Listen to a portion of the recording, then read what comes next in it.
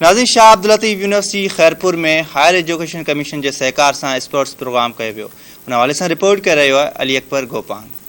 जी बिल्कुल, शाह अब्दुल लतीफ़ यूनिवर्सिटी में higher education ऐं शाह अब्दुल लतीफ़ यूनिवर्सिटी के गजल सहकार से 3 रोज़ा जो स्पोर्ट जो प्रोग्राम मुनक़िद किया वियो है। अचो तो प्रोग्राम में मौजूद जो स्पोर्ट में हिस्सो वठंदड़ उन्हनि सां भी ॻाल्हि ॿोल कंदासीं ऐं इंतज़ामिया सां भी ॻाल्हि ॿोल कंदासीं उन्हनि जो छा चवणु हूंदो। सभिनि खां पहिरीं उतां सिलेक्ट करे ऐं सभिनि रीजननि खे हिते हाणे इवेंट कयो अथनि। इन खां पोइ जेको आहे इंटरनेशनल नेशनल ते खेॾाईंदा, पोइ नेशनल खां पोइ जेको आहे इंटरनेशनल ॾे सभिनि प्लेयरनि खे खेॾाईंदा, जेको खटंदो वेंदो नंबर वाइज़। लिफ्टिंग प्रोग्राम थियो, इहो रीजन वाइज़ सिलेक्ट थिया।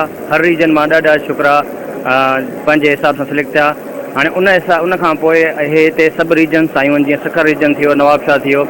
ही रीजन लेवल्स ते जेको असांजो मुक़ाबिलो आहे, कॉम्पिटिशन आहे। उहे ई लिफ्टर्स इंटरनेशनल लेवल्स ते वेंदा, जेके नेशनल लेवल मां कामयाब। शुक्रगुज़ार आहियां साईं जावेद मेमन साहब, हायर एजुकेशन कमीशन ऐं प्राइम मिनिस्टर ऑफिस जो, जिन असांखे सिंध में ही PSDP जो पहिरियों प्रोजेक्ट हुयो, जंहिंमें रेसलिंग ऐं पंहिंजो रेसलिंग ऐं वेट लिफ्टिंग। रेसलिंग तंडुजाम खे मिली, weight lifting Shah Latif university खे मिली।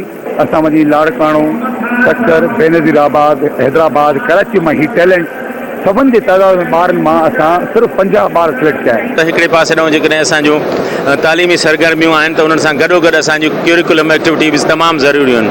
माण्हू सेहतमंद हूंदो त पढ़ंदो न, माण्हू जो ज़हन बि कमु कंदो। तंहिंजे करे हिननि शयुनि जी तमामु घणी ज़रूरत आहे ऐं हुई जेके असां कंटिन्यूअसली मुख़्तलिफ़ सीरीज़ में खणी था अचूं पिया। मां सॼी टीम खे बि हिन तवसुल सां मुबारकबाद थो ॾियां ऐं इंशाअल्लाह ताला अहिड़ियूं शयूं कंदा रहंदासीं। कैमरामैन आफ्ताब सां गॾु अली अकबर, धरती TV न्यूज़।